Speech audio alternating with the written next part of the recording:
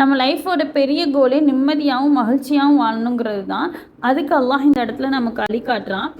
ராஜில் 28, 29 அல்லாஹ் நிம்மதியாக வாழ்றதுக்கு என்ன சொல்றான் அப்படின்னா, ஈமான் கொண்டவர்களாக இருக்கணும், அல்லாஹ்வை நினைவு கூர்பவர்களாக இருந்தாங்க அப்படின்னா நிம்மதியாகவும் அமைதியாகவும் இருப்பார்களாம். அல்லாஹ் இந்த இடத்துல அவர்களுடைய உள்ளங்கள் அல்லாஹ்வை நினைவு கூர்வதால் நிம்மதி அடைகின்றன. அறிந்து கொள்ளுங்கள், அல்லாஹ்வை நினைவு கூர்வதால் தான் உள்ளங்கள் நிம்மதி அடைகின்றன அப்படின்னு அல்லாஹ் சொல்றான்.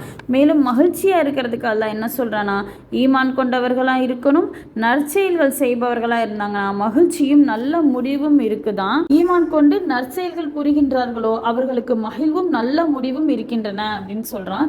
அப்போ நம்ம ஈமான் கொண்டவர்களா இருக்கணும், அல்லாஹ்வை நினைவு கூர்ந்து நற்செயல்கள் செய்பவர்களா இருந்தா நமக்கு நிம்மதி, அமைதி, மகிழ்ச்சி, நல்ல முடிவு அப்படிலாம் கிடைக்கும்னு அல்லாஹ் நமக்கு கேரண்டி கொடுக்குறான். நிம்மதியாகவும் மகிழ்ச்சியும் வாழ அல்லாஹ் அருள் புரிவானாக. அஸ்ஸலாமு அலைக்கும் வரஹ்மத்துல்லாஹி வபரகாத்துஹு.